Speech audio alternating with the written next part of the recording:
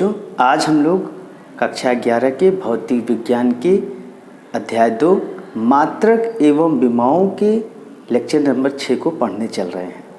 आज हम लोग किसी भौतिक राशि के सूत्र का निगमन करने चल रहे हैं, वह भी विमाओं की सहायता से। तो विमाओं की सहायता से किस प्रकार से हम किसी सूत्र का निगमन करते हैं, इसको अब हम लोग देखेंगे। यहाँ पर जो मेन फोकस किया जाता है वह सममितता का सिद्धांत। सममितता का सिद्धांत ये कहता है कि अगर कोई फार्मूला सही है तो बाएं पक्ष की विमाएं और दाएं पक्ष की विमाएं आपस में बराबर होंगी। तो इसी सिद्धांत का उपयोग करके आज हम लोग विमाओं के सूत्र की स्थापना को करने चल रहे हैं। तो अगर कोई फार्मूला दिया रहता है और फार्मूले की स्थापना को हमें करना है तो वहाँ पर एक चीज़ ज़रूर दी रहेगी, वह क्या है? किसी भौतिक राशि की अन्य राशियों पर निर्भरता। ठीक है, तो बेटा कापी और कलम निकाल लो, लिखना शुरू करो। यदि किसी भौतिक राशि की अन्य राशियों पर निर्भरता ज्ञात हो तब विमाओं की सहायता से उस भौतिक राशि के सूत्र की स्थापना की जा सकती है। इसके लिए सममितता के सिद्धांत का उपयोग किया जाता है, अर्थात किसी सूत्र में बाएं पक्ष की विमाएं और दाएं पक्ष की विमाएं आपस में बराबर होंगी। इतना बेटा लिख लो। अब हम एक उदाहरण लेंगे और उस उदाहरण की सहायता से इस भौतिक राशि के निगमन करने का जो नियम है इसको पूरी तरह से सीखेंगे। तो प्रश्न लिखते हैं बेटा, बहुत इंपॉर्टेंट प्रश्न भी है। किसी सरल लोलक का आवर्तकाल कैपिटल T, सरल लोलक के द्रव्यमान m, प्रभावी लंबाई L और गुरुत्वीय त्वरण G पर निर्भर करता है। विमाओं की सहायता से सरल लोलक के आवर्तकाल कैपिटल T के सूत्र का निगमन कीजिए। तो बेटा कुछ स्टेप है इसमें, उन स्टेप का ध्यान रखना है हमको। शुरुआत में हम स्टेप की नंबरिंग कर देंगे, तुम्हें एग्जाम में स्टेप की नंबरिंग नहीं करना है। स्टेप की नंबरिंग करते हैं तो पहला स्टेप बेटा हम लोग अभी नंबरिंग कर दे रहे हैं, बाद में तुम्हें नहीं करना है। स्टेप फर्स्ट क्या करना है, देखो बेटा, पहला स्टेप है कि बाएं पक्ष में वह राशि लिखो जिसका फार्मूला निकालना है। जिस भौतिक राशि के सूत्र की स्थापना करनी है उसको लेफ्ट हैंड साइड रखो। फिर लगाओ प्रोपोर्शनल का निशान, अनुक्रमानुपाती का चिन्ह लगा दो। फिर यहाँ पर उन राशियों को लिखो जिन पर वो निर्भर कर रही हैं। बताओ किस पर निर्भर कर रही हैं? यम पर। किस पर निर्भर कर रही हैं? यल पर। किस पर निर्भर कर रही हैं? जी पर। ये तीन चीज़ों पर इसकी निर्भरता हमको दी गई है कि ये यम पर निर्भर कर रहा है, यल पर और जी पर। कोई बात नहीं, लेकिन यम पर निर्भर कर रहा है तो निर्भरता किस तरीके से है? क्या वो पावर 1 पे है, पावर 2 पर है, पावर 3 पर है, पावर हाफ पर है? कुछ नहीं पता। तो हम मान लेते हैं कि T अनुक्रमानुपाती यम की पावर A, यल की पावर B और G की पावर C हम मान लेते हैं। तो ये पहला स्टेप क्या है कि जो भौतिक राशि का फार्मूला निकालना हो वो लेफ्ट पे, और अनुक्रमानुपाती के बाद उन राशियों को लिखना है, पावर A, B, C लगा देना है जिन पर वह भौतिक राशि निर्भर कर रही हो। अब क्या होगा? T बराबर क्या होगा? एक अनुक्रमानुपाती नियतांक जुड़ेगा जिसको K बोलोगे, M की पावर A, L की पावर B, G की पावर C। ये हो गया। यहाँ पर लिखोगे जहाँ K एक अनुक्रमानुपाती नियतांक है। क्या है ये? अनुक्रमानुपाती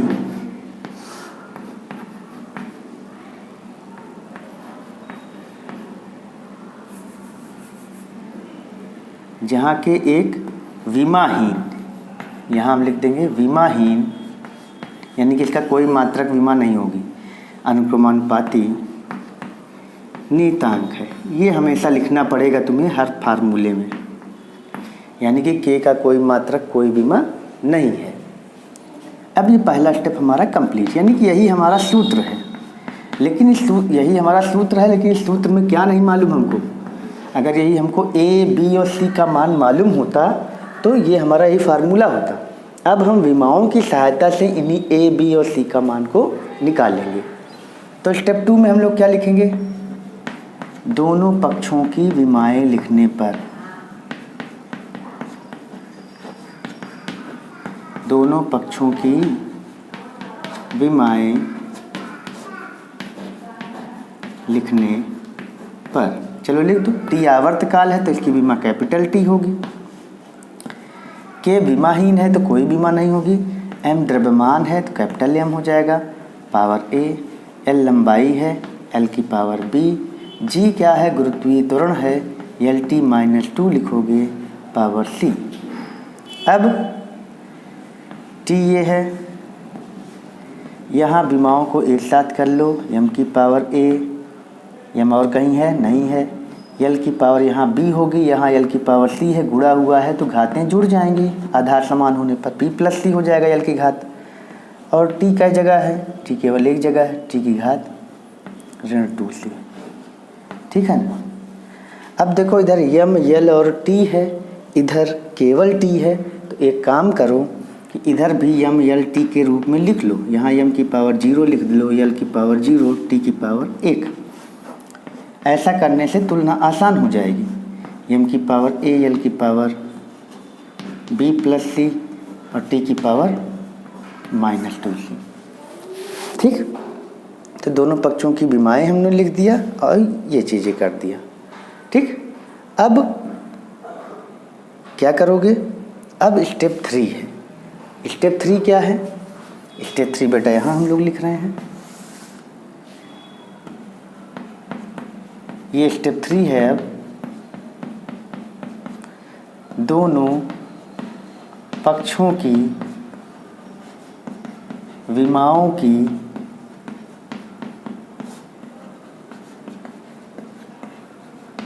तुलना करने पर, दोनों पक्षों की विमाओं की अब हम क्या कर रहे हैं, तुलना कर रहे हैं।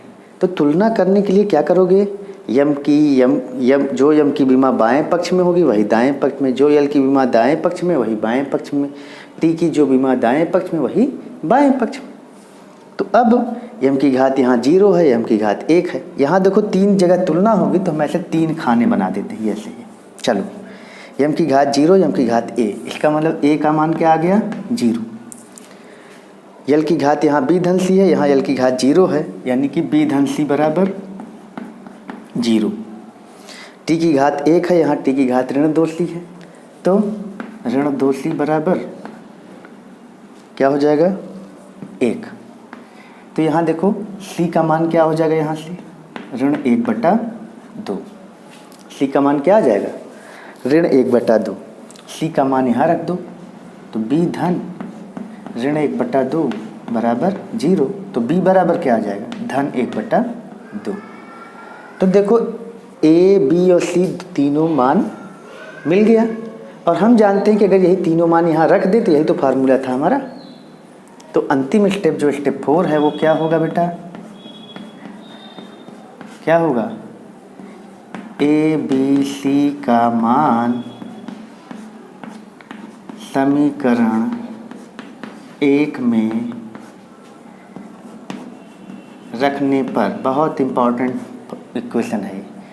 तो t बराबर हो जाएगा k, यम की घात 0 आ गई, यल की घात आ गई है b यानी 1/2, और g की घात आ गई है ऋण 1/2, ठीक। तो t बराबर k, यम की घात 0, यल की घात 1/2, g की घात ऋण 1/2, ठीक। इस तरह से t बराबर क्या आ गया, k, यम की घात 0, यल की घात 1/2, g की घात ऋण 1/2, ठीक। अब इसको हम इधर लिख देंगे, थोड़ा सी इधर जगह ज़्यादा है, इधर लिख देते हैं। तो t बराबर हो जाएगा यहाँ पर k, यम की घात 0 का मतलब, यम की घात 0 का मतलब 1 हो जाएगा, तो यल की घात हो जाएगा 1/2 बटा g की घात 1/2। घात जब नीचे आएगी तो धन हो जाएगी। तो t बराबर हो जाएगा k, इसको अंडर रूट l बोलेंगे, इसको अंडर रूट g, तो अंडर रूट l बटा g, ये हो गया। तो यही हमारा सूत्र का डेरिवेशन हो गया। ठीक है, यहाँ k एक विमाहीन नियतांक है। k का मान हम प्रयोगों से निकाल सकते हैं, k का मान हम साधारण स्थिति में नहीं निकाल सकते। कैसे नहीं निकाल सकते? विमाओं की सहायता से इस k का मान निकाला नहीं जा सकता। कैसे निकाला जा सकता है? प्रयोगों से। तो प्रयोगों से ये k बराबर जो होता है वो आता है 2 पाई। लेकिन अगर इस चीज़ को तुम नहीं भी लिखते हो तब भी कोई तुम्हारा नंबर नहीं काट सकता। तो k बराबर 2 पाई आता है, तो t बराबर 2 पाई अंडर रूट l बटा g। तो यही हमारा अभीष्ट सूत्र है। किसका? सरल लोलक के आवर्तकाल का सूत्र है, वो भी किसकी सहायता से? विमाओं की सहायता से। तो इस तरह से विमाओं की सहायता से हमने किसी भी सरल लोलक के आवर्तकाल के सूत्र का निगमन कर लिया। अगला प्रश्न बच्चों है, यदि वृत्तीय गति करते हुए किसी कण पर लगने वाले अभिकेंद्र बल कैपिटल F का मान कण के द्रव्यमान m, कक्षीय चाल v व त्रिज्या r पर निर्भर करता है, तब विमाओं की सहायता से अभिकेंद्र बल F के लिए सूत्र की स्थापना कीजिए। तो फिर वही पुरानी चीज़ें क्या करेंगे? पहला काम है, स्टेप फर्स्ट जो है वो बेटा क्या है? F है, तो F को अनुक्रमानुपाती करोगे। m है, v है और r, एक की पावर a, एक की पावर b, एक की पावर c, तुरंत लिख लो। तो फिर तो F बराबर क्या हो जाएगा? k, m की पावर a, v की पावर b, r की पावर c। ये समीकरण नंबर 1 हो गया, जहाँ k एक विमाहीन नियतांक है। ये हमेशा जरूर लिखना, विमाहीन नियतांक है। ठीक, अब स्टेप हमारा जो होगा वो यहाँ फर्स्ट था, यहाँ सेकंड हो गया। दोनों पक्षों की विमाएं लिखने पर जब ये समझ में आ जाए तो स्टेप का नंबर लिखने की कोई ज़रूरत नहीं है। अभी केवल हम जानकारी के लिए तुम्हें बता रहे हैं। विमाएं लिखने पर क्या हो जाएगा? बल की विमा जानते हो, mlt-2, k की कोई विमा नहीं होगी, द्रव्यमान की m, a, वेग है lt-1, चलो ठीक है, पावर b हो जाएगी, और r यानी कि दूरी है, त्रिज्या है, तो पावर c। ठीक, अब क्या करोगे? m की घात a हो जाएगी, कहीं और m है नहीं है, l की घात यहाँ b है, यहाँ l की घात c है, तो गुणा में समान आधार वाली घातें जुड़ती हैं। यहाँ b होगा, यहाँ c, तो l की घात हो जाएगी b धन c। t की घात केवल एक जगह है, t की घात b का -1 से गुणा -b, ये हो गया। अब तुम्हारा स्टेप 3 क्या है बेटा? स्टेप थर्ड क्या है? दोनों पक्षों की विमाओं की तुलना करने पर, दोनों पक्षों की विमाओं की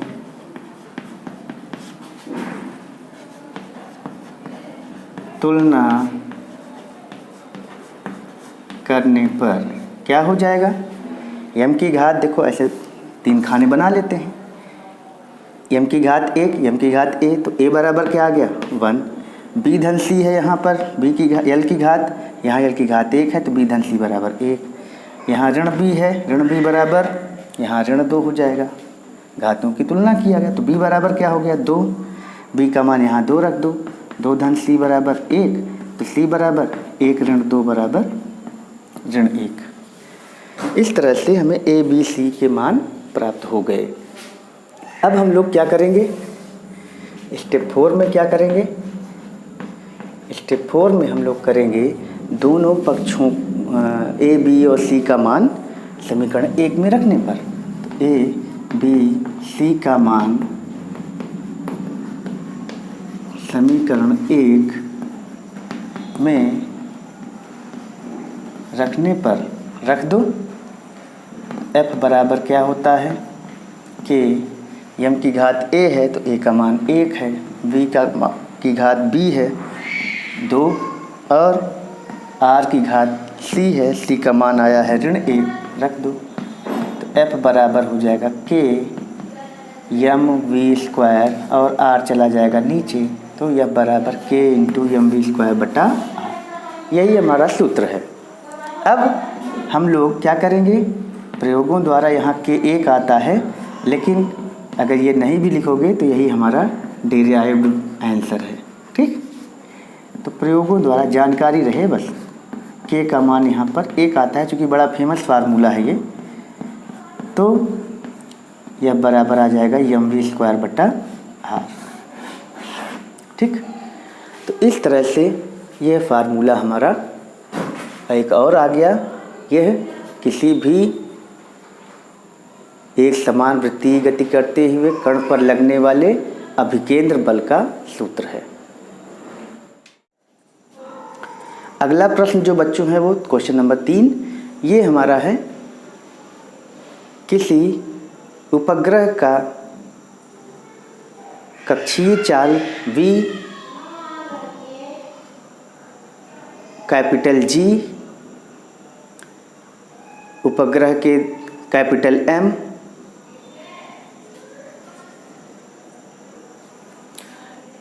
अगला क्वेश्चन जो है बेटा हमारा है किसी उपग्रह की कक्षीय चाल v, सार्वत्रिक गुरुत्वाकर्षण नियतांक कैपिटल G, पृथ्वी के द्रव्यमान कैपिटल M और त्रिज्या r पर निर्भर करता है।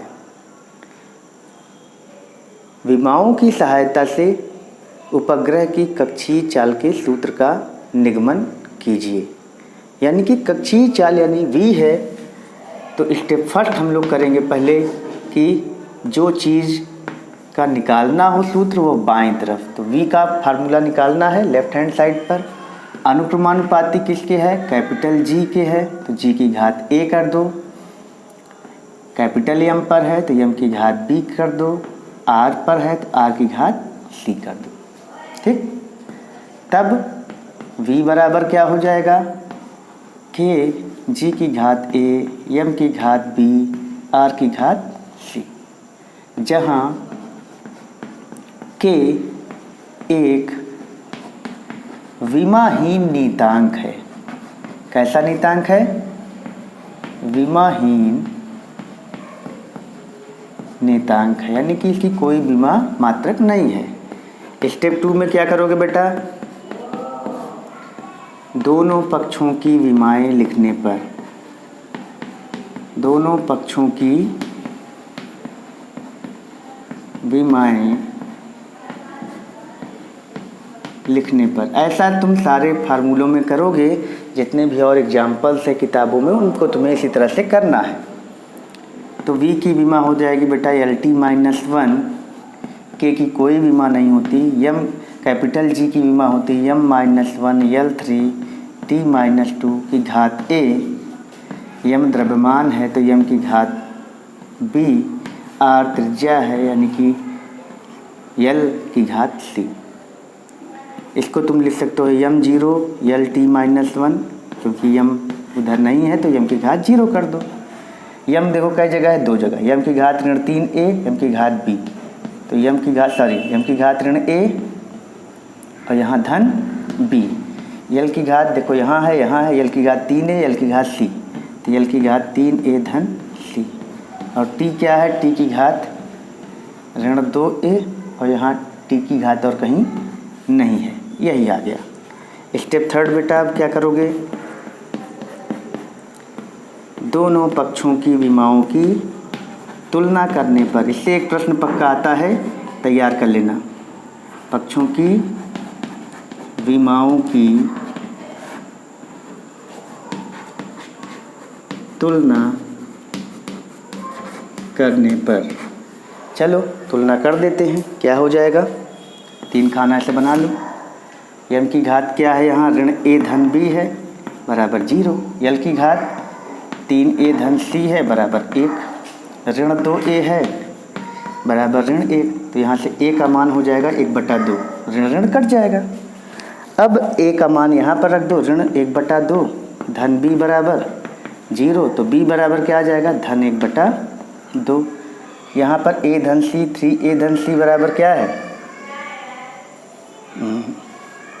अब c का मान यहाँ रखो, चलो c का मान 3a का मान, तो 3 × 1/2 प्लस c बराबर 1, तो c बराबर क्या हो जाएगा 1 - 3/2, यानी कि 2 - 3/2 यानी कि -1/2। a b और c तीनों का मान हमारा आ गया। अब क्या करोगे, स्टेप 4 क्या होता है बोलो जल्दी।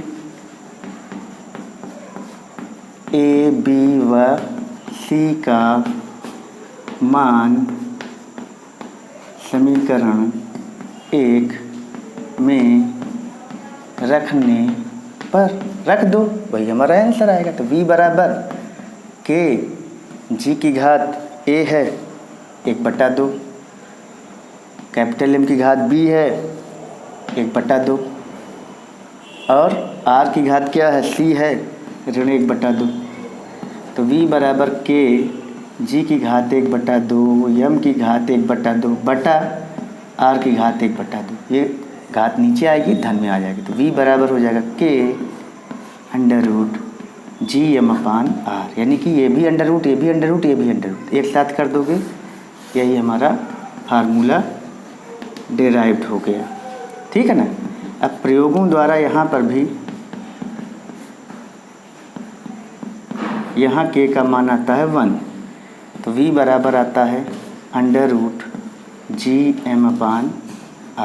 ठीक, तो ये हमारा क्या है, फार्मूले का डेरिवेशन इस तरह से हो गया।